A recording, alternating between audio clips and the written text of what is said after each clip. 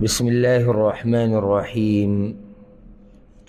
الحمد لله رب العالمين، والصلاة والسلام على أشرف الأنبياء والمرسلين نبينا محمد وعلى آله وصحبه أجمعين. أما بعد، الصحابة الكرام رضوان الله عليهم أجمعين د سیرت دا مبارک سلسله بیانی ده، او پای کی من د صحابه کرامو چې کم سردارو مشر صحابی د ابو بکر الصدیق رضی الله عنه سیرت سر ترسوله. نن به باذن الله دویم غوره صحابی په صحابه کرامو کې او دویم خلیفہ په خلفای راشدینو کې عمر بن الخطاب رضی الله عنه سیرت شروع کو.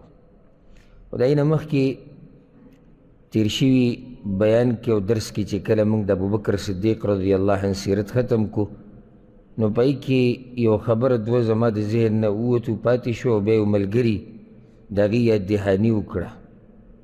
هغه دا چې ابو بکر صدیق رضی الله عنه چا ښخ کړی او چا پې جنازه کړی و.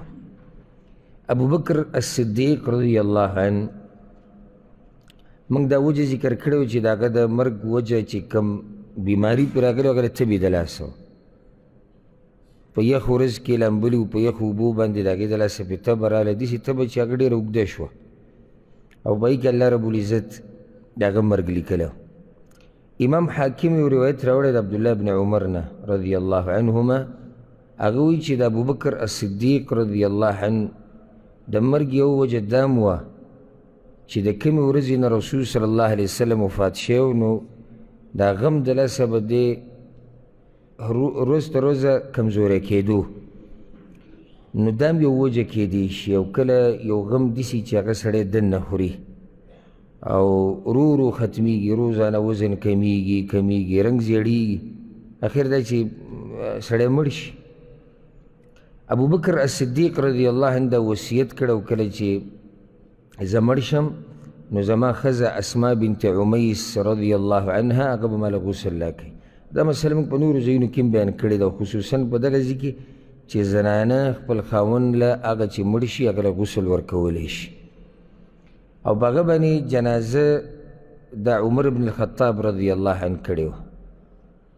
او ماښام او د ماسخوتن په منځ کې وفات شوی، د دې هم که موږ تذکره کړې وه. بیا قبر ته د هغه د ښخولو دپاره عمر ابن الخطاب، عثمان ابن عفان، طلحه او د هغه زوی مشر زوی عبدالرحمن رضی الله عنهم دوی کوشي وو. نو څلور کسان د هغه قبر ته کوشي وو د هغه د ښخولو دپاره. دا بعض هغه خبرې وي چې په کار دا و چې ما ورته اشاره کړې وه او ما ذکر کړی وه، خو د ذهن نه په هغه ټیم کې زما ووتو. د هغې نه بعد د عمر بن الخطاب رضی الله عنه ما ته اوس دا خبره ذکر کړې وه، او دا روایت امام احمد ذکر کړی دی. عبدالله بن مسعود وایي چې ان الله نظر فی قلوب العباد، الله د بندگانو دې زړونو ته وکتو، نو په دې ټولو زړونو کې د رسول صلی الله علیه وسلم زړه پاک او خیر والا او غوره زړه وموند، فاصطفاه لنفسه، نو د ځان دپاره یې غوره کړو او بیا وله پیغمبري ورکړه. ثم نظر في قلوب العباد بعد قلب محمد صلی الله علیه وسلم، او د رسول صلی الله علیه وسلم د زړه نه بعد بیا د خلکو دې زړونو ته وکتو، نو فوجد قلوب اصحابه خیر قلوب العباد، نو د الله په بندګانو کې د پیغمبرانو نه بعد غوره زړونه هغې د صحابه کرامو وموندل. فجعلهم وزراء نبیه، نو هغې د دې پیغمبر وزیران او ملګري وګرځول. معنی دا چې امت کې د دوی نه پاک زړونو والا نور نه و. په هغه پاک زړونو والا کې بیا د ټولو نه اعلی او بهترین انسان او فضیلت والا هغه ابوبکر صدیق رضی الله عنه. او د هغه سیرت الحمدلله موږ ښه تفصیلي بیان کړو.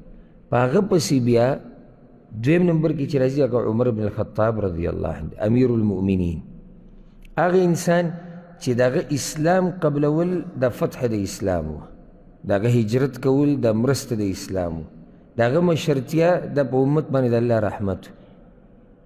که موږ تاریخ راولو که نه، تاریخ کې چې کوم غټ خلک تیر شوي دي چې هغوی ته عربۍ کې العظما وایي، که مسلمانان دي او که غیر مسلمانان دي، د د ټولو تاریخ وګوره چې ته پکې یو غټ سړی پیدا کې عمر ابن خطاب رضی الله عنه په شان فکر والا د هغه په شان عظیم آثارو والا یعنې ته به یو سړی غټ پیدا کې په تاریخ کې خو هغه د ژوند په یو حصه کې غټ سړی دی یو جانب یې راټینګ کړی دی عمر ابن خطاب رضی الله عنه په هر جانب کې غټ سړی دی که د هغه دیندارۍ ته وګورې که د هغه علم ته ګورې که د هغه طاقت ته ګورې که د هغه سیاست ته ګورې که د هغه زور ته ګورې که د هغه حکمت ته ګورې هر طرف ته الله رب العزت د انسان له ناشنا کمالات ورکړي عمر ابن الخطاب رضی الله عنه که ته د خطیبانو خبره شروع کې او بلاغت او فصاحت والا نو عمر ابن خطاب رضی الله عنه په اولني کسانو کې ذکر کړي که ته د هوښیارانو خلکو باس کې تاریخ کې نو د هغه نوم به په اوله کې راځي که ته د مشرانو باس کې چې کومو مشرتیا کړې ده باچایي کړې ده په تاریخ کې د ده نوم به په اولنو کې راځي لنډه دا چې دا یو لوی انسان یو عظیم انسان او د ده په ژوند کې ډېر درسونه دي عبرتونه دي مسلمانانو دپاره او موږ باندې لازم دي چې د خپلو مشرانو تاریخ او سیرت وپېژنو دا ما په ابتدا کې دا خبرې کړي دي بیا د هغې تکرارولو ته ضرورت نشته خو دومره ده چې امت د کمزورتیا یو وجه هغه دا دی چې کله امت د خپلو مشرانو نه ناخبره وي او مشران دوه قسمه دي یو دینی مشران یو په نسب کې مشران او د دواړه به یادې او ترجیح دینی مشرانو له ده دواړه به یادې د دواړو په هېرولو سره نقصان دي دینی مشران چې دي هېر کړو د امت تاریخ د نه هېرېږي ختمیږي نسبی مشران چې دي هېر کړو نو قوم او نسب ختمیږي مشران به خپل نه هېرې دینی مشران چې ته یاد ساتي نو دا ته د اسلام تاریخ یاد ساتي بیا داسې مشران چې هغه د رسول صلی الله علیه وسلم سره یو ځای پاتې شوي دي د اسلام دپاره هغوی قسمه قسم قربانیانې ورکړي دي قسمه قسم کوششونه او محنتونه یې کړي دي دا مشران د هېرولو نه دي همیشه د دوی یاد ساتل او د دوی د تاریخ خپلو بچو ته بیانول خپلو کشرانو ته بیانول چې دا سلسله باقي پاتې شي زمونږ هم یو تاریخ و زمونږ هم مشران و د هغوی دا صفات و د هغوی دا کردار و د هغوی دا طور طریقه وه دا طریقه ده د مشرانو د تاریخ د ژوندي ساتلو عمر ابن الخطاب رضی الله عنه په نوم باندې خو دې دومره خلک یې پیژني چې غیر مسلمه ته عمر ابن خطاب وایي هغه هم پیژني ماشوم هم پیژني مشر هم پیژني کشر هم پیژني او دې ته وایي د یو انسان ښه ذکر پاتې کېده د هغه د مرګ نه بعد او ابراهیم علیه السلام دا سوال کړی و الله ته وجعل لي لسان صدق في الآخرين او یا الله زما ښه تذکره پرېږده په وروستنو کې د انسان ښه تذکره پاتې شي که نه دا کمال والا انسان دی یعنې ښه تذکره زه دغه نه یم دنیا په باره کې ښه تذکره په کوم باب کې د دین په باب کې دا اوچت نعمت د الله دی خو هر چا ته نه نصیب کېږي ډېر لږ خلک د شمار چې د هغوی ذکر په امت کې پاتې کېږي او په کومه موضوع کې د دین په موضوع کې پاتې کېږي نو عمر ابن خطاب رضی الله عنه هغه انسان دی دا ور کوم اخرنی کس ناشي بندوي عمر ابن خطاب رضی الله عنه په هغه کسانو کې دی چې الله رب العزت د ده ناشنا ذکر پاتې کړی او دې ته وایي ګوره د الله سره رابطه یعنې سړی دی عربی په قریشو کې د مکې دی نه زموږ په نسب دی نه ورسره زموږ بل څه پوله پټی شریک دی نه زموږ په پلار نیکونو کې راځي په نسب کې خو د دې سړي سره چې د مسلمانانو کوم محبت دی تپوس یې مه کوه دې ته وایي د الله سره رابطه کله چې د الله سره رابطه وکړه نه الله رب العزت به د بندګانو په زړونو کې تا سره ناشنا محبت پیدا کړي او خلک به سره محبت کوي هغه به تا نه ډېر لري خو بیا به هم په تا میني او کله داسې کېږي که نه چې د سړي مخ ته وګوري هغه سره د محبت پیدا شي دینداري د لاسه دی مخ نه یو نور د هغه په دې مخ کې یو خوني هغه ته په کتو کې یاره څومره الله والا سړی دی دا هغه محبت دی چې الله رب العزت د مؤمنانو په زړونو کې د خاص بندگانو سره پیدا کوي. نو عمر بن خطاب رضی الله عنه هغه انسان دی چې ټول یې پېژني، دشمن هم پېژني، دوست هم پېژني. او د بعضو مسلمانانو نه دا بعض دشمنان ډېر ښه پېژني. یعنی مسلمانانو کې به ډېر داسې چې هغو ته د عمر بن خطاب د نوم نه اخوا تاریخ نه دی معلوم، او په یهودو نصاراو کې او په کافرانو کې ډېر داسې دي چې هغوی ته د عمر بن خطاب رضی الله عنه د تاریخ ښه ټیټ معلوم دی. هغوی کتلی دی دا سړی څوک دی او دا څوک نه دی. او د بعضو کتابونو د تاریخ د کافرانو لیکلي دي، لکه تاریخ کې غټ خلک، په دې عنوان د دوی ډېر کتابونه دي. په تاریخ کې غټ خلک یعنی سبحان الله عجیبه دا ده، بعضو پکې اولنی نوم هغه د رسول صلی الله علیه وسلم لیکلی دی. وایي د ده په شان په تاریخ کې غټ سړی نه تېر شوی. خو هغوی دغه جانب ته نه ګوري، دیني جانب ته، چې یاره د الله پیغمبر وی غټ سړی معنی دی چې خلکو سره محبت ډېر کوو، ډېر هوښیار و، طاقتور و، داسې و. هغوی دغه صفاتو ته ګوري. او په دغه اولنو کسانو کې به د عمر بن خطاب نوم ویني رضی الله عنه. او کتاب به لیکلی دشمني. د افسوس خبره دا ده چې دشمن ته خبرې شو، موږ ته خبر نه شو چې عمر بن خطاب څوک و رضی الله عنه. عمر ابن الخطاب هغه نوم او نسب امیر المؤمنین عمر ابن الخطاب ابن نفيل ابن عبد العزى ابن رياح ابن عبد الله ابن قرط ابن رزاح ابن عدي ابن كعب ابن لؤي القرشي العدوي رضي الله عنه. بقريش كده. او دې د رسول صلی الله علیه وسلم سره د ده نسب د رسول صلی الله علیه وسلم سره په کعب کې ملاویږي. بني کعب یا ابن کعب. ابن کعب کې دې د رسول صلی الله علیه وسلم سره ملاو شي. نو د رسول صلی الله علیه وسلم او د کعب په منځ کې اووه پلاران راځي، او د ده او د کعب په منځ کې اته پلاران راځي. قریش خو قوم دی، بیا په دې کې شاخونه دي، خاندانونه دي. نو دی په قریشو کې دی او رسول صلی الله علیه وسلم هم په قریشو کې دی. دغه شان ابوبکر صدیق موږ سیرت بیان کړی، هغه هم په قریشو کې او عثمان بن عفان، علي بن ابي طالب او داسې نور. خو بیا دا لازم نه دی چې ټول په یو خاندان کې، خاندانونه جدا کېدي شي، شاخونه یې بیا. نو دی د رسول صلی الله علیه وسلم سره په نسب کې د عدي کې میلاویږي. دغه عدي د ده په نیکونو کې هم دی، د رسول صلی الله علیه وسلم په نیکونو کې هم دی. خو صرف فرق دا دی چې د ده او د عدي په منځ کې اته کسان راځي، او د رسول صلی الله علیه وسلم او د عدي په منځ کې اووه کسان راځي. عمر بن الخطاب رضی الله عنه په ډېرو القاباتو باندې مشهور، او مشهور لقب یې څه دی؟ نه، او کنیت فاروق. الفاروق. الفاروق په دې باندې اتفاق دی د مسلمانانو چې دا د لقب دی الفاروق. خو تحقیق چې سړی وکړي، لکه یو روایت کې داسې راځي، امام ابن سعد راوړی دی په کمزوري سند سره، چې ان الله جعل الحق على لسان عمر وقلبه. دېسې پورې دا حدیث صحیح دی، لکه دا امام ترمذي راوړی دی.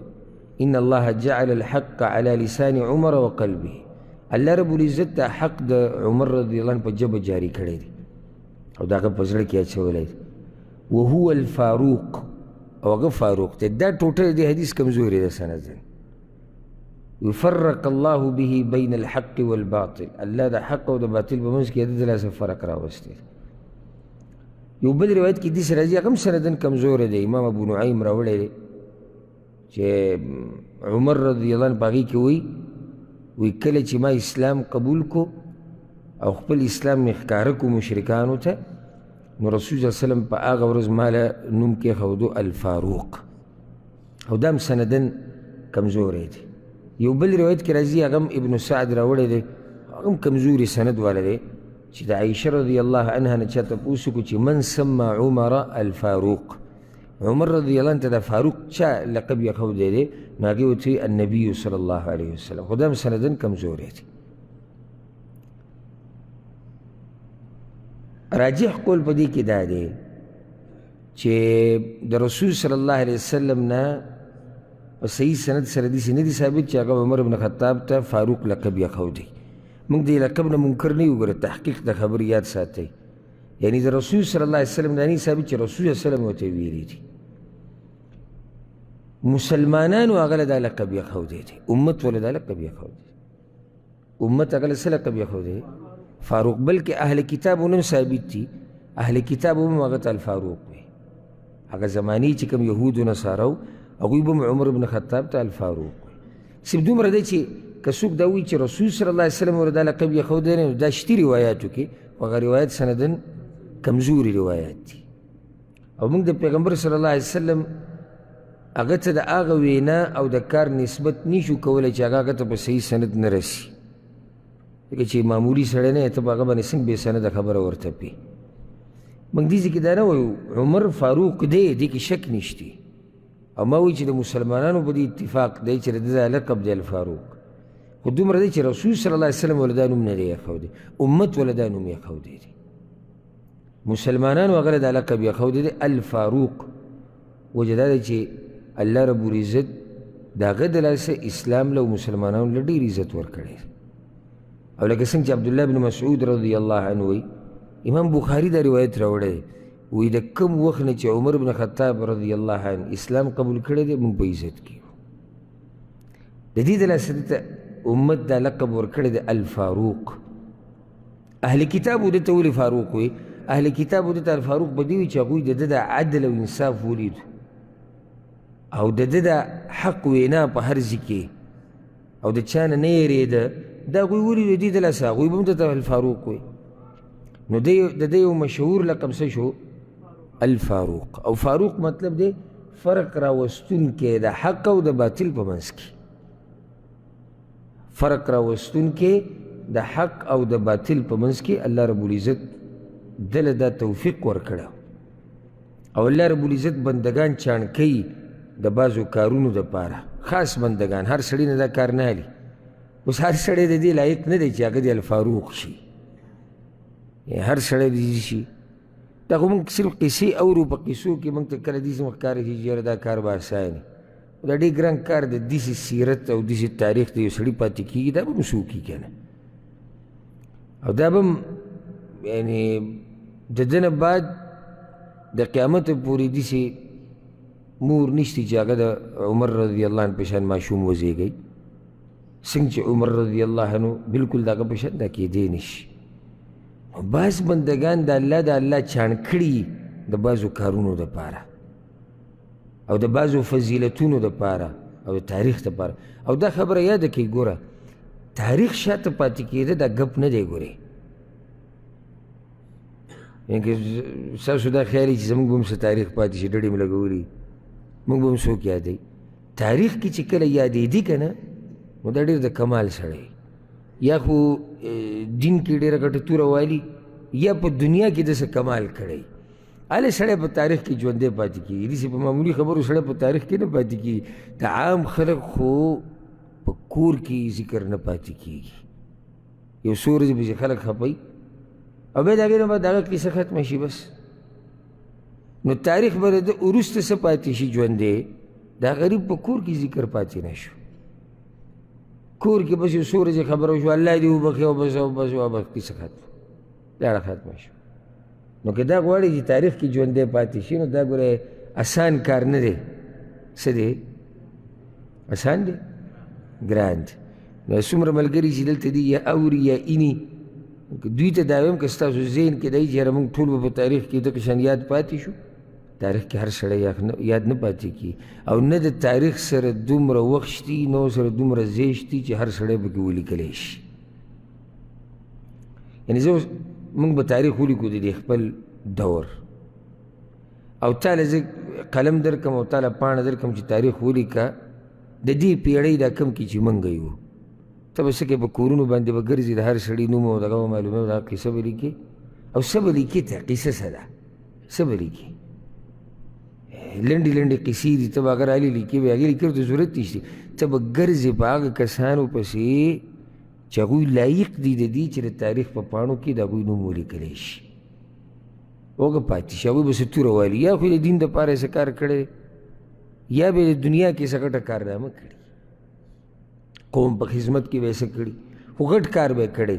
نو تاریخ سره دومره پاڼو کې ځای نشتی چې د هر چا نوم پکې ولیکلی شي چې د هر چا نوم تاریخ لیکلی او تاریخ یاد ساتلی تاریخ د کتابونه به چا پلار بیا وګوري او هر سړی پکې لیکلی شوی داسې کوشش وکړه چې په وروستنو کې د ښه ذکر پاتې شي د ده دویم لقب دی امیر المؤمنین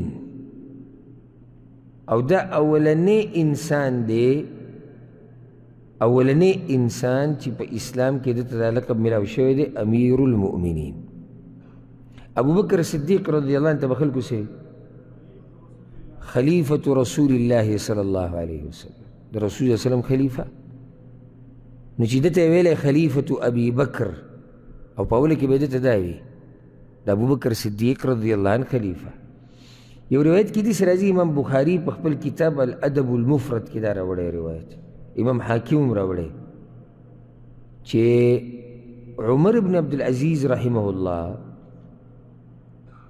هغه د ابو بکر ابن سلیمان نه تپوس وکړو چې د ابو بکر صدیق چې به کله کتاب لیکو خط به لیکو چاته نو هغه به لیکل من ابي بکر خلیفة رسول الله صلی الله علیه وسلم دا خط ابو بکر د طرف نه دی چې هغه خلیفه د الله د رسول دی وی بیا عمر بن خطاب چې کله خلیفه شو هغه چې بس لیکل نو هغه به لیکل من عمر بن الخطاب خلیفة ابي بکر یا خلیفة ابي بکر ابدي سي لیکل بیا د هغې نه بعد د امیر المؤمنین پکې د کوم ځای نه راغی دا تپوس د عمر بن عبدالعزیز د ابو بکر نه وکړو ابن سلیمان او سبحان الله دلته عجیبه اتفاق دا دی تپوس عمر کوي د ابو بکر نه کوي او تپوس کیم دی وایي چې ابو بکر ته ولې خلیفة رسول الله ویلی کېدو او ولې عمر ته امیر المؤمنین نو د تپوس کوونکو نومونه د چا مبارک چې تپوس کې د هغه سره لګي په دې اولني نوم کې ابو بکر دلته هم دی هلته هم دی عمر دلته هم دی عمر هلته هم دی هغه ورته دا وی حدثتني الشفاء ما ته یو زنانه دا خبره کړې چې د هغې نوم دی شفا او دا په صحابیاتو کې ده الشفا بنت عبدالله په قریشو کې ده او د عمر بن خطاب رضی الله عنه په دې خاندان کې ډېر پخوا اسلام قبول کړو په اولنو خلکو کې وه او د رسول صلی الله علیه وسلم سره بیعت هم کړی او هجرت هم کړی وی هغې ما ته دا خبره کړې وه چې عمر بن خطاب رضی الله عنه یو پیر چې کله خلیفه شو نو هغه د عراق باندې چې کوم کسان مشران کړي هغوی ته یې لیکلي وکړو دی ورته ووایي چې یو دوه کسان راولېږئ خو ښه مضبوط کسان راولېږئ مدینې ته زه د هغوی نه تپوس کوم د عراق په باره کې او د عراق د خلکو په باره کې چې هلته څه حالات دي څه نه دي عراق والو دوه کسان راولېږل یو لبید ابن ربیعه دویم دی عدي ابن حاتم رضی الله عنهما دواړه صحابه کرام کله چې دواړه مدینې ته رالو خپلې سورلۍ ودرولې جومات په خوا کې مسجد نبوي په خوا کې او بیا جومات ته ننوتو نو هلته عمرو بن العاص رضی الله عنه ولاړ نو عمرو بن العاص ته یې وی استأذن لنا یا عمرو على امیر المؤمنین عمره ته داسې کار وکړه چې د امیر المؤمنین نه زموږ دپاره اجازت واله چې موږ ورننوځو نو عمر چې د امیر المؤمنین ټکی واورېد دا خو اول پیر واورېدو دې دواړو دا ټکی ووایي نو هغه ورته وي انتما والله اصبتما اشنا خبره مو کړه او ډېره مزېداره هو الامیر اخو امیر دی مشر دی ونحن المؤمنون او موږ مؤمنان یو نو د مؤمنانو امیر خو هغه دی ډېر ناشنا تاسو لقب واخیستو نو عمر ډایرکټ ننوتو په عمر پسې چې ننوتو نو ورته وي السلام علیک یا امیر المؤمنین سلام په واچو یا امیر المؤمنین عمر ورته وي ما بدا لك في هذا الاسم يا ابن العاص دا عاص وي دا کم لقب دی یاد کو کم نوم دی راواخیستو امیر المؤمنین لا تخرجن مما قلت دا خبره به دې پرېږدي بیا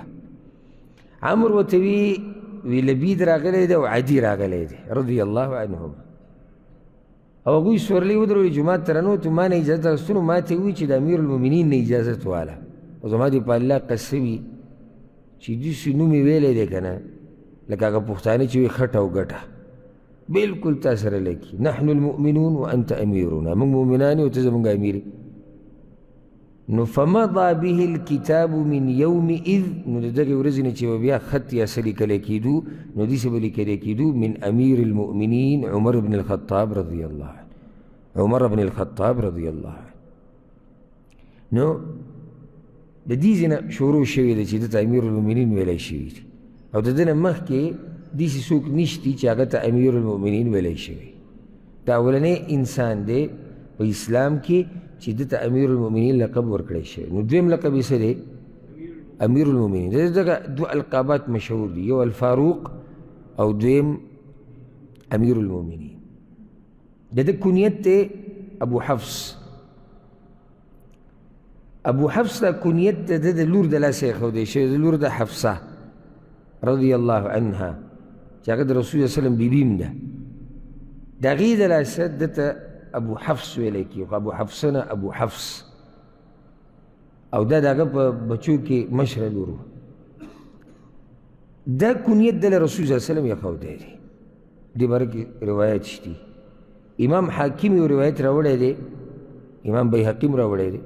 عبدالله ابن عباس وی رسول صلی الله علیه وسلم د بدر په ورځ دا خبره کړې وه، د بدر په غزا کې، چې من لقي منکم العباس فلیکفف عنه فانه خرج مستکرها. په تاسو کې که څوک په دې قیدیانو کې عباس ویني، عباس د رسول صلی الله علیه وسلم تره، نو هغه ته داسې نقصان نه ورکوي ځکه چې هغه په زور زبردستۍ راوستی شوی دی. خو د مشرکانو په صف کې وکړ نو څه به ورته نه وایي مسلمانان، ولې؟ زور زبردستي ورسره شوې ده، یعنې په خپله مرضۍ نه دی راغلی. په دغه ټیم کې یو صحابي ولاړو، ابو حذیفه بن عتبه رضی الله عنه، په خوله باندې هغه دا خبره راله، وی انقتل آباءنا واخواننا وعشائرنا وندع العباس. پلاران به موږ خپل وجنو، ورونه به خپل وجنو، خپل قام والا به وجنو، عباس به پرېږدو. که ماته میلاو شي زه خو ته به یې توره دا سر وهم. دا خبر هغه ځان له وکړه. دا خبر رسول صلی الله علیه وسلم ته راورسېده. نو رسول صلی الله علیه وسلم عمر بن خطاب ته وویل یا ابا حفص. عمر رضی الله عنه منځ کې وایي انه لاول یوم کنانی فیه بابي حفص. دا اولنی پیر، دا اولنی ورځ ده چې ما ته رسول صلی الله علیه وسلم دلته ابو حفص ویلی. دغه ځینې دی مشهور شوی. وی بیا ما ته وایي چې ابو حفص يضرب وجه عم رسول الله صلی الله علیه وسلم بالسيف. ابو حفص هسې څه دی خیال دی د رسول صلی الله علیه وسلم د تره مخ به په توره والی کېږي. نو عمر ورته وی دعني یا رسول الله ما پرېږدې چې دا سټ زه په توره ووهم. منافق دی. رسول صلی الله علیه وسلم منع کړو. ابو حذیفه رضی الله عنه وایي چې هغه ورځ شوه او د دې وخته پورې دغه خبره باندې زه سخت خفه یم چې زما په خوله څنګه راغلې وه، خو د دې کفاره ما ته صرف دا ښکاري چې زه د الله په لار کې مړه شم. او بیا په جنگ یمامه کې دا صحابي شهید شوی دی. مقصدي خبره څه وه؟ دا ابو حفص کنیت د رسول صلی الله علیه وسلم ایښودی دی.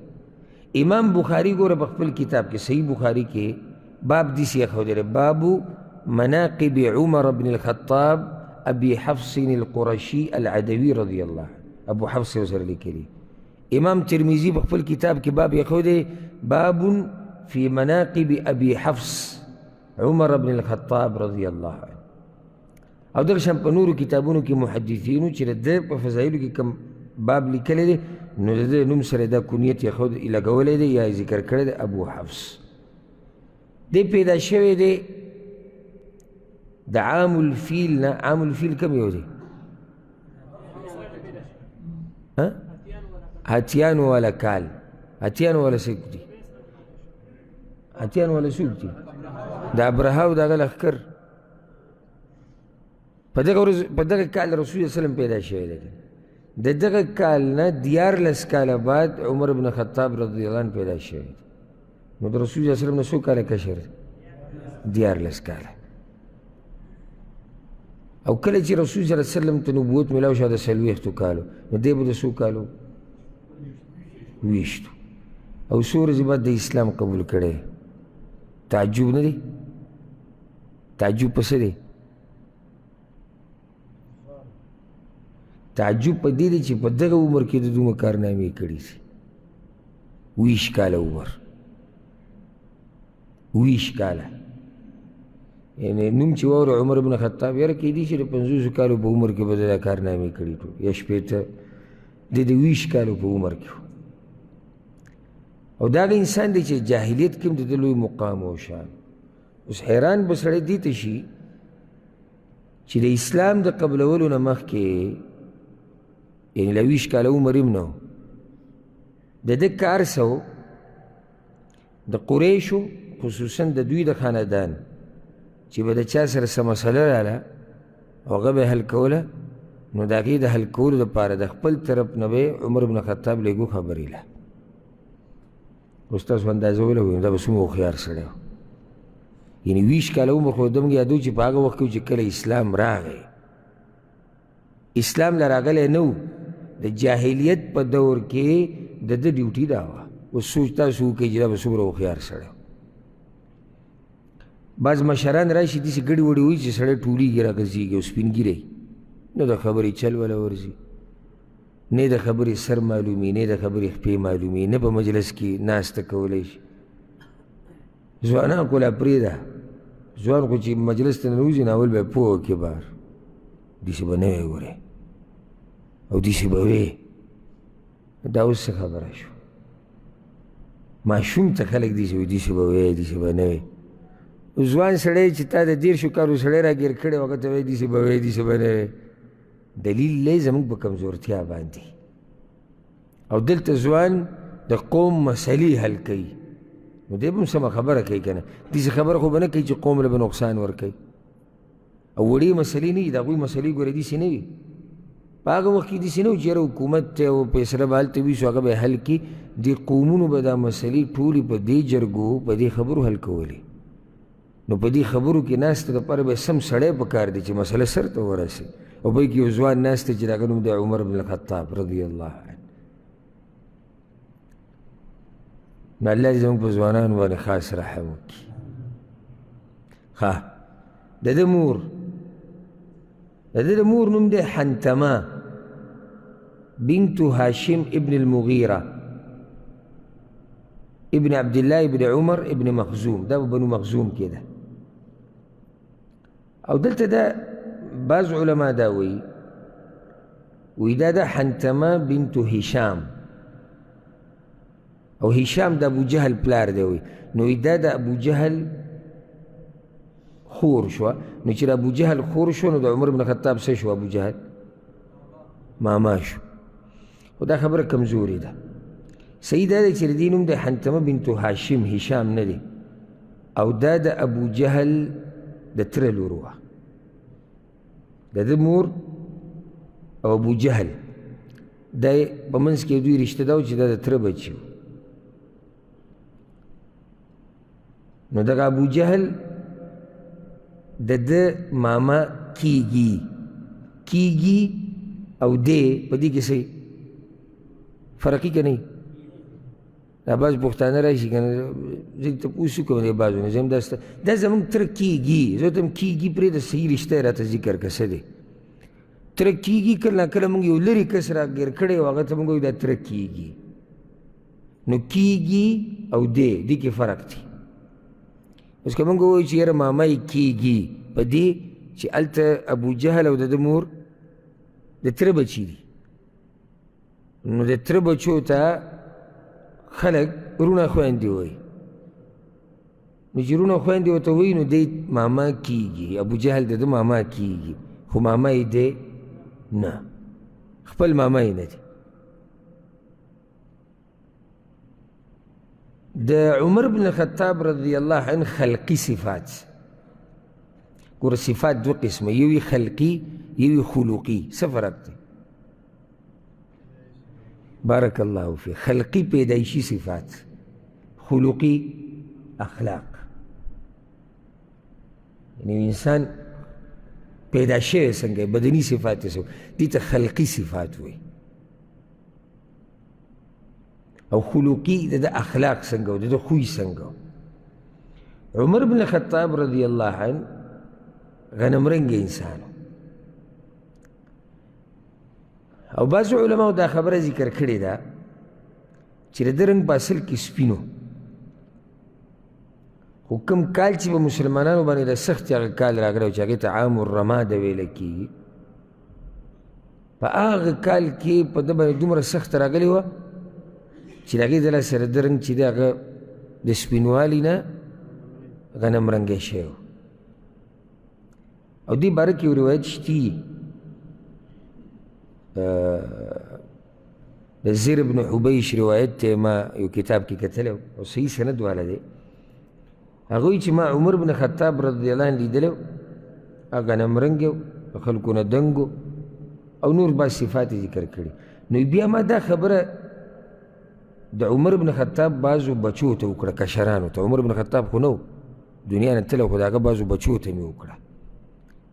نو هغه بچو یې راته دا وایي، او بچو کې ټول راځي، نوسي کړوسي او کته چې څومره دا ټول د سړي په بچو کې راځي. وی هغوی راته دا وایي چې سمعنا اشیاخنا، موږ د خپلو مشرانو نه دا خبره اورېدلې ده، او مشران چې وایي نیکونه ترونه ټول پکې راغلو. موږ د خپلو مشرانو نه دا خبره اورېدلې ده چې عمر بن خطاب رضی الله عنه د رنګ نه سپین سړی و. خو کله چې په مسلمانانو باندې د لوږې دا کال راغلی و، د هغې د لاسه به د تیلو سره ډوډۍ خوړه، په تیلو سره یو داسې چې غوړي یو تیل دی، غوړي او تیلو کې فرق کي، ده به د تیلو سره ډوډۍ خوړه، نور څه نه و. د هغې د لاسه دا رنګ یې بدل شوی.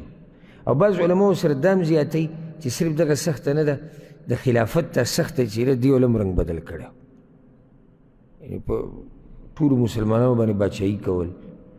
او بیا د ده په وخت کې د ده خلافت اوږد ورا به شي چې څو کاله، او بیا ډېر ملکونه فتح شوي دي د په خلافت کې، ډېر ملکونه، ډېرې علاقې.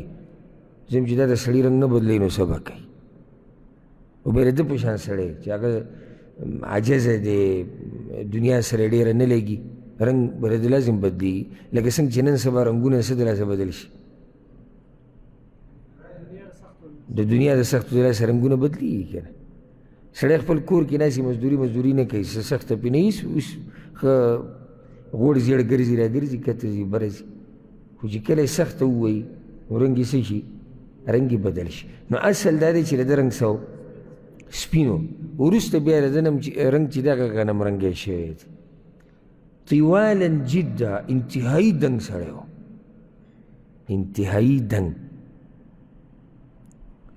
یو دنګي یو سم دنګي، دا سم دنګ او دې سره مزه کولی چې سم دنګ.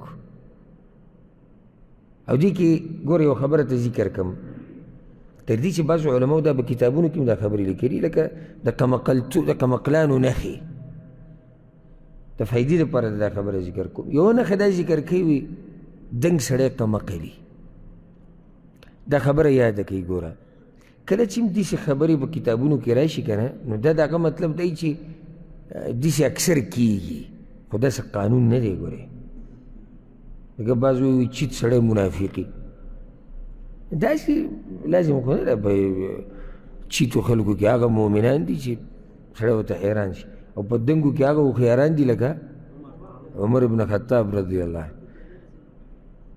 زمونږ د ټولو د هوښیارتوب چې را جمع کړي که نه، د عمر بن خطاب رضی الله عنه هوښیارتوب ته نه رسي.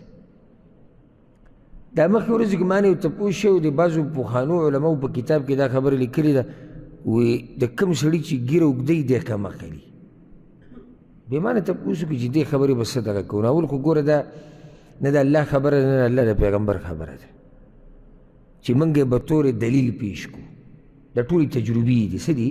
تجربې. اوس الله ویلي چې دنګ سړی کمقلي، پیغمبر ویلي دنګ سړی کمقلي، نو خبره د وحي خو نه ده که نه. مجال د اختلاف پکې شتي که نشتي؟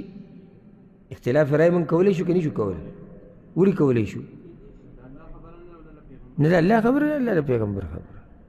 تجربې خلک بیانوي که نه. بعضو علماو خو ښه باقاعده کتابونه په دې لیکي د کمقلانو نښې، اوس یې ته نه بیانوم، بیا خلک په یو بل پټ کوي را پټ کوي.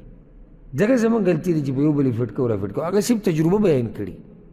بیا د هوښیارانو نښې په دې کتابونه دي. بخیل سړي صفات په دې لیکل شوي دي. نو څو مولیان وایي چې کوم سړي ږیره اوږدوي دی کمقلي، ناول خو دا خبره یاد کوي چې نه دا خبره د الله نه د الله د رسول دی. بل دا چې دغه عالم باندې به موږ ښه ګمان کوو، دغه دا مطلب نه دی چې هر اوږدې ګیرې والا، خو هغه به داسې ویلي چې کمقلانو کې اوږدو ګیرو والا وي. د دې به دا مطلب نه چې هر اوږدې ګیرې والا ته یې هغه به صحیح کمقل وي، لکه دنګ سړی وي کمقل وي، نو هر دنګ سړی کمقل نه. نو دا خبرې خلاصه دا د ټولې تجربې دي. دا به چا فټ کوي نه چې څوک د ډاري کوري دا به په هغه یې فټ کړه. اوس د عمر بن خطاب رضی الله عنه په باره کې هم رازېدم ښه اوږده ګیره وه، ښه ګڼه ګیره وه. نو په دې باره کې څه وایي؟ نو دا دغه مولیانو خپلې خبرې دي، نه د الله خبره، نه د الله د پیغمبر خبره چې موږ یې بس ځان سره راغستې وو. خصوصا هغه چې ګیره تکه شنه خریلي وو هغه ځان سره ګرځي. وګورو ویده وګورو لیکلي چې کمقل سړي، نو دا چې ګیره یې خریلي ده ته څه وایي؟ اوس که ما نه تپوس وکړي، زما تجربه دا ده، خفه کېږو به نه که چا کې دا صفت یې واوري چې ګیره چې څوک خري ده کې کمقلتوب دی. ولې کمقلتوب دی؟ ځکه چې دا د سړیتوب ظاهري نښه ده او دی لرې کوي. دا د سړیتوب ظاهري نښه ده. نو بیا به دې کې څه وایو موږ؟ نو ځکه دا بعض خبرې چې دا د تجربو وي، هسې وحي نه ده چې موږ یې بیا په یو بل باندې فټ کوو. عمر بن خطاب رضی الله عنه ډېر دنګ و، او دومره دنګ و که نه چې کله به د خلکو سره ګرځېدو لکه دی چې په سورلۍ سوري او دا خلک پیاده روان وي. دی دومره دنګ و او جسیما جلیدا، د په باره کې راځي انتهایي مضبوط بدن والا سړی و، غټ غټ جوړونه و د دې بدن، او د سر ویښته چې دی هغه ولیدلي و. د سر ویښته د دې منځ نه ولیدلي و. دې ځکه نصیحت دی هغه هلکانو ته چې سهار ماښام ورسره څه کوي، چې یاره ویښته خو به ولیدلي نه وي، بعضې شماري څو به ترې ولیدلي و څو به نه. او بیا ورشي چاپ ته کیني ګیره وخرئ، شمارول دغې ویښته پکار و. دا اهم دي. او په سر ویښته کېده نه کېده صحیح ده، یعنې انسان یو ارمان دی چې زما ویښته وی، داسې خبره نه ده، خو دې له دومره توجه ورکول چې سړي هر څه پرېښودی او په ویښتو پورې نښتی. هسې چا چېرته د عمر بن خطاب دا عیب بیان کړی؟ د عمر بن خطاب دا تاریخ چې راوالي چېرته سړي ته دا خبر راځي چې د سر ویښته کم و؟ مونږ وایو چې یا الله دقه تندی ده چې ویښته پرې نه و چې دا مونږ لیدلی وي چې مونږ ښکل کړی وی، او الله دې زموږ په جنت کې یو ځای کړي چې مونږ یې ښکل کړو. داسې کار وکړه چې خلک نه ستا ویښتو ته ګوري، نه دې غربت ته ګوري، نه دې رنګ ته ګوري. او چې کله د الله سره د رابطه جوړه شو، الله رب العزت باندې دا خلک دومره مهین کړي چې ستا هېڅ ته به ونه ګوري، او ستا د هر څه به دې خلکو ته ښایسته ښکاري. یو سړی تک تور دی، خلک ویره څومره ښکلی، هغه تور رنګ ورته به ښکلی ښکاري. غټه پوزه غټې شونډې، هېڅوک یې دې ته نه ګوري چې هر دې سړي غټه پوزه ده غټې شونډې بدرنګه دی. نه، چېرته چا موږ دې ته سوچ تلی چې یاره د بلال رضی الله عنه تک تور و، صرف ذکر کو چې رنګ نه تور و، ارمان هم دا دی چې دغه تور رنګ والا موږ لیدلی وی، او موږ له تندی ښکل کړی وی، او موږ له خدمت کړی وی، موږ سره پیزار ګرځولی وی. موږ دا اقرار کوو چې د هغه په پیزارو باندې چې کومه دوړه پرته وه موږ هغې ته هم نه رسو، حالانکې د رنګ نه څه تور. نو داسې څه وکړه چې خلک ستا د کردار او د خوی نه متاثره شي، د ویښتو نه ګوره څوک نه متاثره کېږي. یاره وایي پلانې ډېر ښه سړی دی، کلي کې بحث کوي که نه، ډېر بهترین سړی دی، ولې ویښته یې که مزېدار دي؟ نه نه وایي ډېر دروند سړی دی، اخلاقي، د خلکو سره مرسته کوونکی، هر چا سره په غم کې ولاړ، هر چا تپوس، عزتمند، باوقار. چېرته د چا صفت هم داسې اورېدلی چې یاره پلانې یاره سم داسې نرم سونډی دی که نه، دغه فیلډ والا به یې صفت کوي، کوم چې دغه قصو والا دي، هغوی د یو بل صفت داسې کوي، یاره کافر سونډی دی دغه بل. یا داسې صفت هم د چا اورېدلی چې صرف په دې صفت یې کېږي چې سترګې شنې دي؟ نه، په شنو سترګو به څه کوي چې سړي کې سړیتوب نه وي، سړي کې دینداري نه وي په ویښتو به یې څه کړي. دا مې دې دپاره وکړه چې نن سبا ګټه موضوع د مجالسو یو څه ده چې د دې ویښتو د ولیدو به څه کوو، د دې د مخنیوی به څنګه کوو.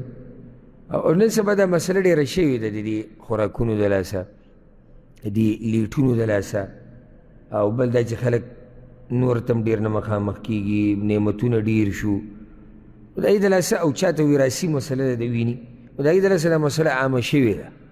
نو دې صحیح د علاج یې که څوک کوي څه حرام نه دي، ما ورته حرام نه دي ویلي، خو دومره توجه له مه ورکوه چې ستا د سحر نه ماښامه پورې ټول سوچ هغه دقې سرې او هرې شیشې ته ودرېږي او په سر لاس وی او حسرتونه او ندامتونه کوي او ګوتې چیچې چې یا الله دا به څه کېږي، دا خو ویښته روان.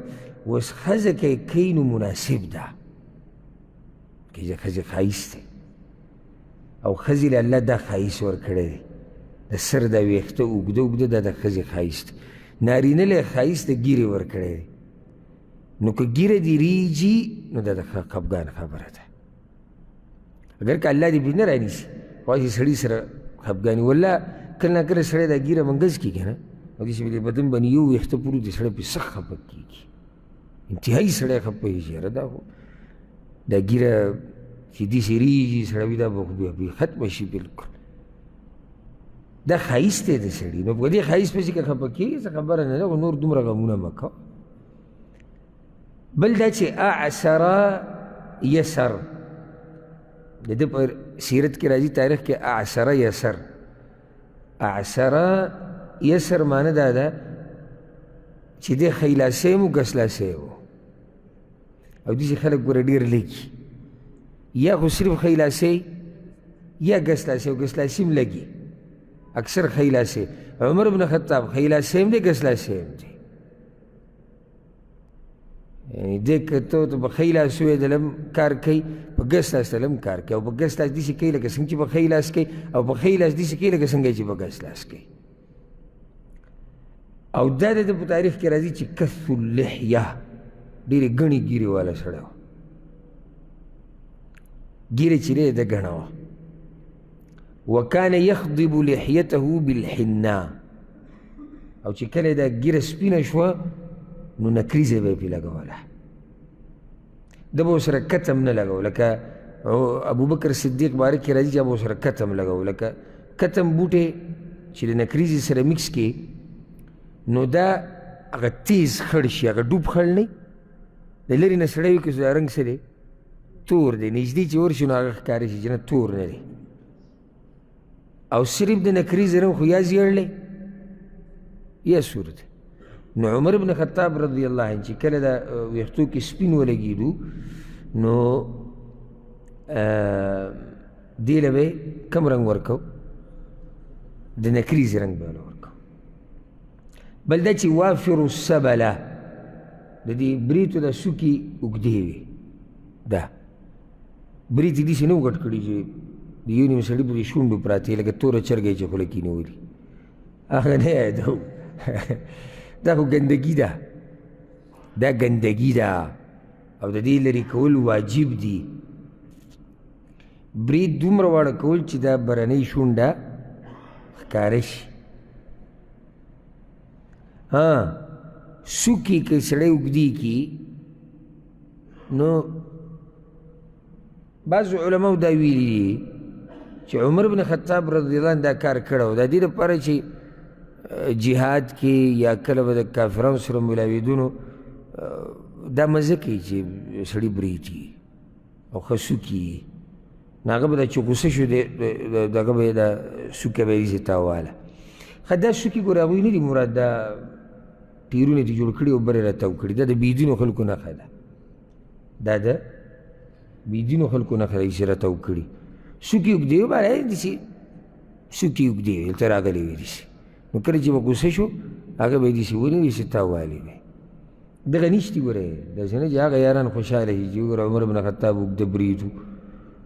اوږده چې کله وویلی شي یو خو دغه اوږده نه و چې شونډې پټې وي، دا حرام دي. بل هغه اوږده نه و چې تیل یې وله ورکړي دي او د څوکې نه وله چاړه جوړه کړې ده، سمه د چړې هغه څوکه نه هغه یې ته جوړه کړې او بیا یې راتاو کړي داسې او مزه دا وکړي چې درې څلور پیرې راته وکړي دا نه بل هغه پورې مزه کوله یعنی عمر بن خطاب او داسې برید چې سو کوي او هغه یې داسې تاوهي مزه کوي دا سړی هم څوک دی زور دی طاقت دی رعب دی هیبت دی د جو سړي برید سوکې راکټې کړي او بیا یې ټیک ټاک ویډیوګانو ته پروت وي او زما خواله ورځ یو کس راغی ما دا کیسه دې ملګرو ته کړې وه یو پیر دا قریب د باډۍ نه ډېر چیتو یو خو چیتي یو ډېر چیتي نو هغه دا برید څه بل شان اوږده کړي وو ما ورته ویې لکه ته دا برید نه یې داسې شی جوړ کړی نو هغوی ولید عمر بن خطاب اوږده برید نه و ما د دې جواب کوو خو ما سره خوا کې بل کس ناست وي هغه راودانګل مزه نو خو ته هغه ته هم وګوره او ځان ته وګوره څه هغه سره ځکه برید مزه کوله نو په دې ځان پوه کړي بعض خلک د یو مسلې له بل رنګ ورکوي او دې ته خواهش پرستي وایي لکه عمر بن خطاب د دې منځه اهتمام نه دی کړی د الله بندګي نه ده کړې په نمونو د الله بندګي ده کړې ده دې دا ولې نه یادوي عمر بن خطاب حق پرستو دا ولې نه یادوي عمر بن خطاب د الله نه سم یېرېدو دا ولې نه یادوي او دا ولې نه یادوي چې د عمر بن خطاب په مخ کې دوه کرښې شوې وې تورې د جړا د لاسه د اوښکې په ډېرې ترې وې هغې پکې کرښې ویستې وې دا ولې نه یادوي دا هم یادول پکار دي که چې د یو سړي په دې نینګو باندې دومره اوښکې راوبهېږي چې هغه اوښکې د هغه په مخ کې نښې جوړېږي لاره پکې جوړېږي دا هم یادول پکار دي که څه بریتو پورې به نښتي وو د بریتو هغه مثلا بیا دوی ته صحیح نه ده معلوم لکه اوس ګوره جنګ کې چې کله د کافرانو سره جنګي په دې کې ګنجایش دي چې سپینو ویښتو له تور رنګ ورکړي اوس یو سړی دا مسله ته عام کور کې ناست او ګیرې له تور رنګ ورکړی او نه جنګ کې خلک ورکوي نه نو هغه جنګ کې ورکوي ته دلته کوم جنګ کې چې تا رنګ ورکړی هغه جنګ کې دې دپاره ورکوي چې مخامخ دشمن په ده ګمان د کمزورتیا ونه کړي چیرې سړی کمزوری نو مسله پوره اورئ او بیا هغه شان بیانوئ ښه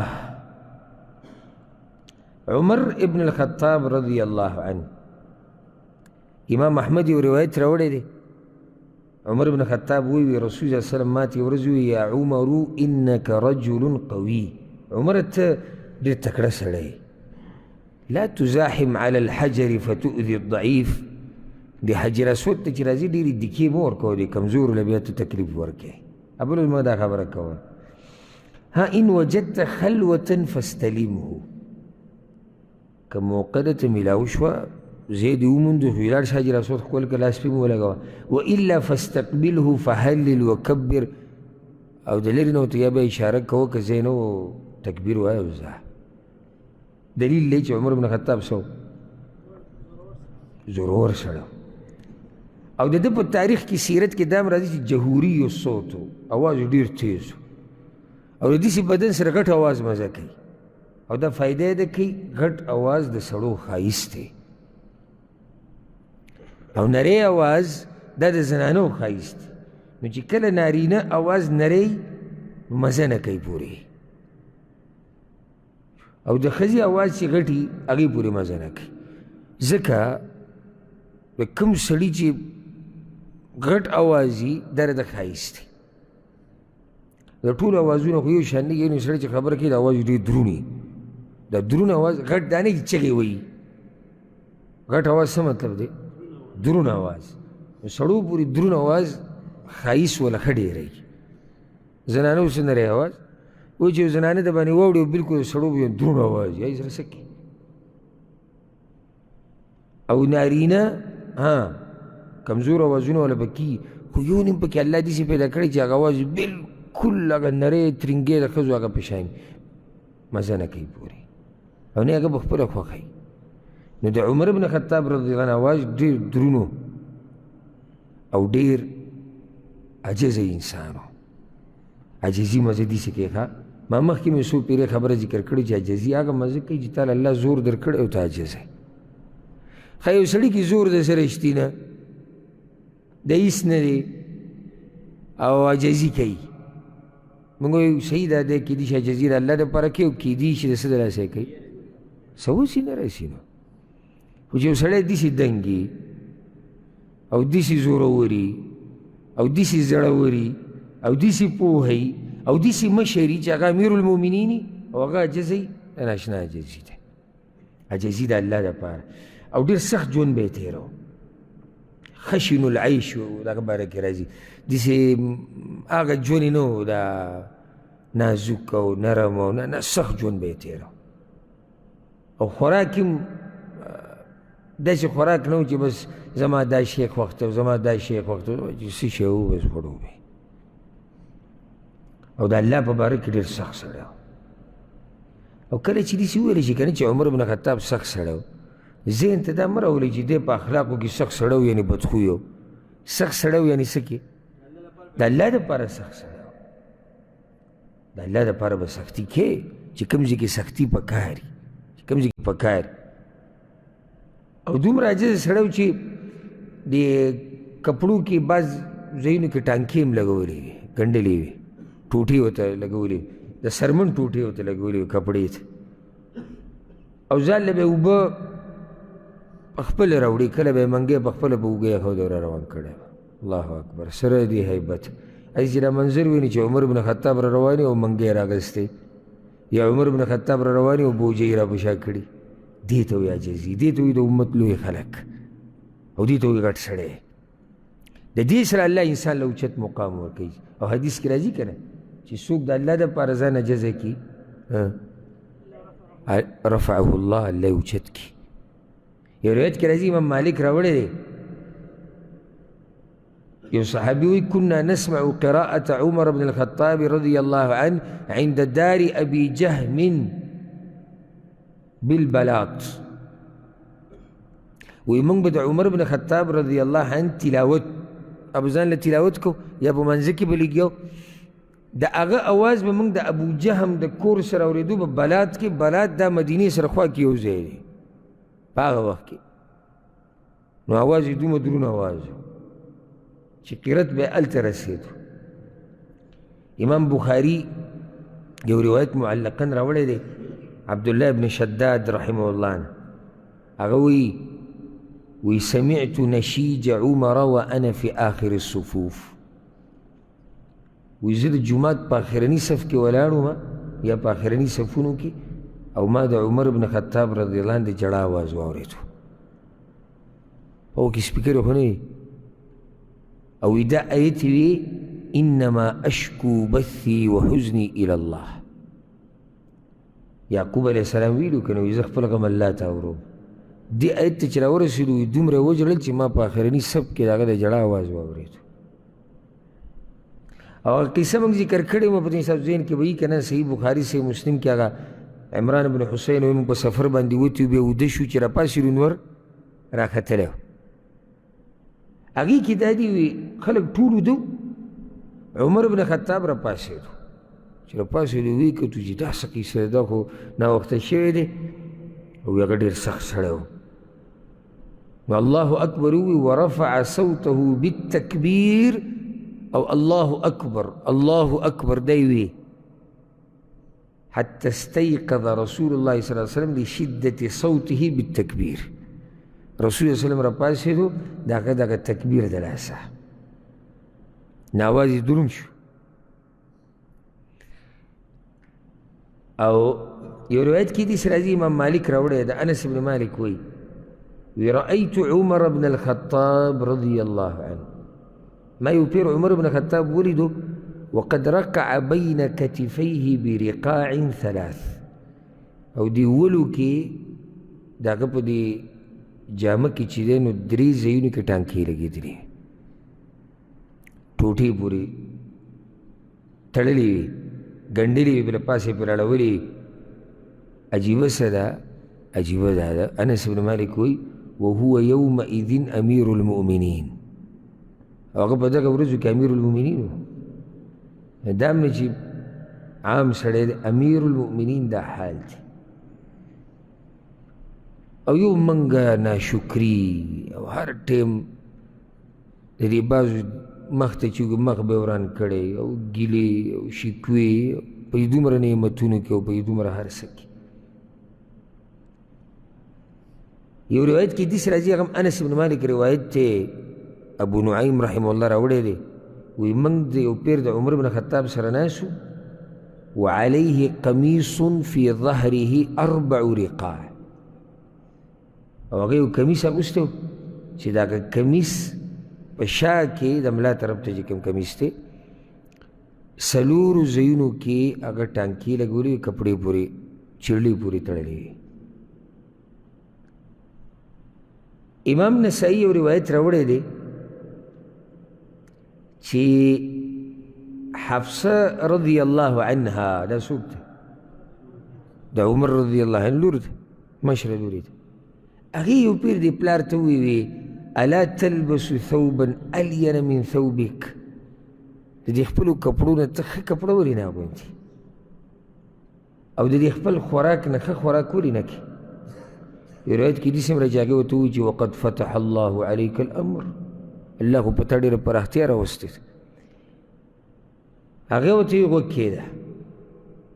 نو د رسول صلی الله علیه وسلم هغه حالات یې ورته رایادول هغه سخت دی، حتی ابکاها، تر دې چې هغه په ژړا شو. هلته د هغې خاوند هم دی که نه، رسول صلی الله علیه وسلم د هغې خاوند دی. بل دا چې پیغمبر دی که خاوند نشي، خو پیغمبر دی د امت، د هغه سخت دی چې سړی واوري سړي له ژړا ورشي.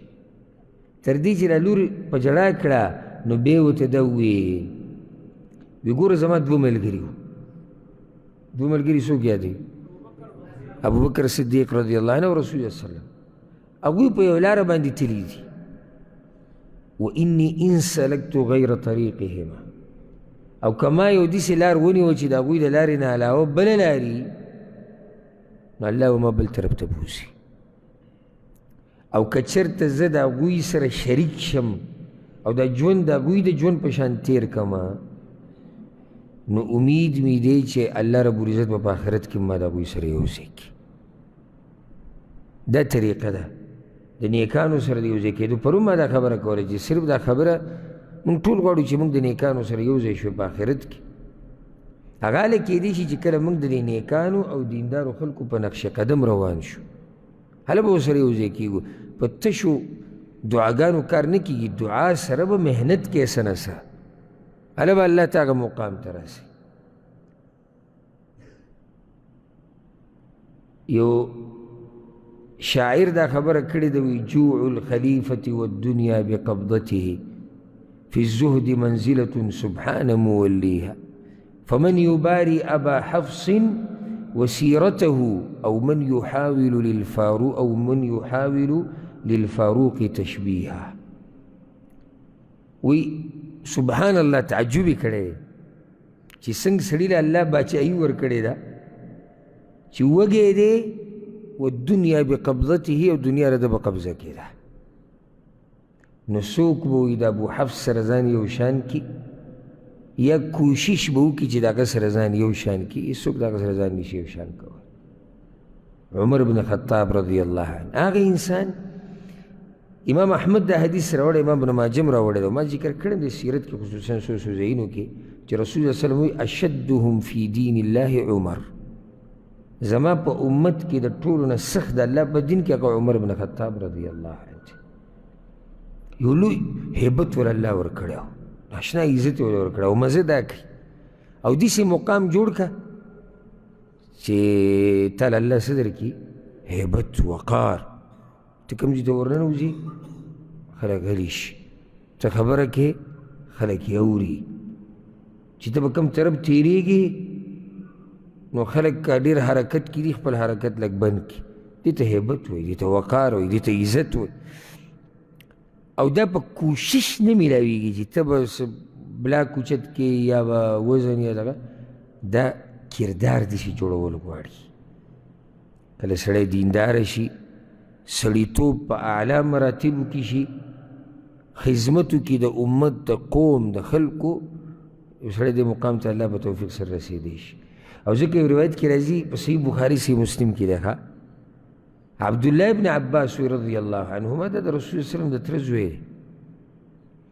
ومكثت سنة أريد أن أسأل عمر بن الخطاب رضي الله عنه عن آية.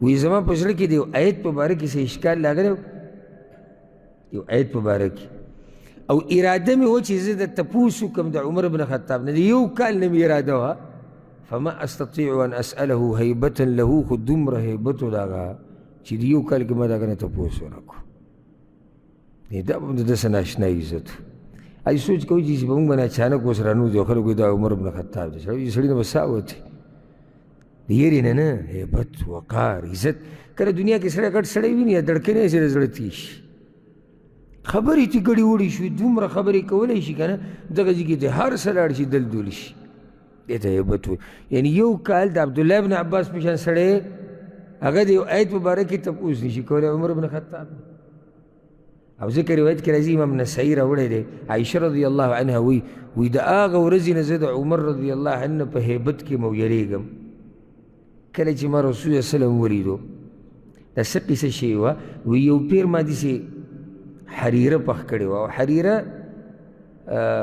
یعنی منگ با دی سے وی چی شوروا چی بائی کی اڑا چولے کی گی غوڑی پکی وا چولے شی اوبا پکی دا با وقی خلقو دیر خوا خولوی دامی پخ کڑی وا او سودہ رضی اللہ عنہ هم ناستا دام دا رسول صلی اللہ علیہ وسلم بی بی وا وی موتی چی خورا یا کہ جماعو تزلنے کی وی موتی چی تب خوری گینی پا دی مخی دل لگو یا کہ چیز نا خورا وی ما رواسا و مخمتو لگو لیزن آنو منس کی گبشا فضحک رسول اللہ صلی اللہ علیہ وسلم رسول صلی اللہ علیہ وسلم پخنداش کور کی بدزان دیسم نجوڑا چی برید ہوئی دیوینی ساچی کر سڑے خاندی کلا گب لگئی شریعت الحمدللہ زمان پر آخا تھی نوی ما دا آگی کلاسو لگے میرا واسد آگی بمخمه والا گوالا ورسول الله صلی اللہ علیہ وسلم يضحك ورسول الله صلی اللہ علیہ وسلم بیا پخنداشو اذ سمعنا صوتا جاءنا ينادي يا عبد الله ابن عمر فديك يا آواز راقي درون آواز اے عبداللہ ابن عمر وی يا رسول الله صلی اللہ علیہ وسلم قوما فاغسلا وجوهكما زرزر زيدا مخوين زي فإن عمر داخل عمر روان بس ويد الدغ ورزينا چی بیا عمر بن خطاب مولد بما بهبت راگی چی رسول صلی اللہ علیہ وسلم دا دمرا قدر کئی نی عمر بن خطاب چی راگی السلام علیکم السلام علیک ایوها النبی ورحمت اللہ وبرکاتہ ادخل رانا نوزم رسول صلی اللہ علیہ وسلم ادخل رازا رانا نوزم نو عائشہ رضی اللہ عنہ تا قصے چی ما ولی دا بس دا آگا ورزینا بعد بیا زمان پس لکی انسان قدر دیرش چی دا اللہ پیغمبر وغیر دی انسان دومره قدر کې خدا هم سوکی کنه او دل بم الله سي عزت ورکړي د دم سو وقاري الله رب العزت موږ ته د دنیا او د آخرت عزت نصیب کړي په دې به اکتفا وکړو او ان شاء الله دا یو ډیره خوندوره سلسله ده او دا صرف هغه ابتدا وه که څوک دا سلسله اورېدل غواړي نو کوشش دا کوي چې دې قسمه بیاناتونه غیر حاضری مکوی راضی ولا بتوجه اوری او لری ناوریده و نجدی ناوریده دی که دزمک و اسمان فرق تی اللہ سبحانه وتعالی دی دی اوچتو خلقو سر زمون ملاقاتون با جنت الفردوس کی وکی والله سبحانه وتعالی دی منگ دوی بنقش قدم روان کی هذا والله اعلم وصلى الله وسلم على نبينا محمد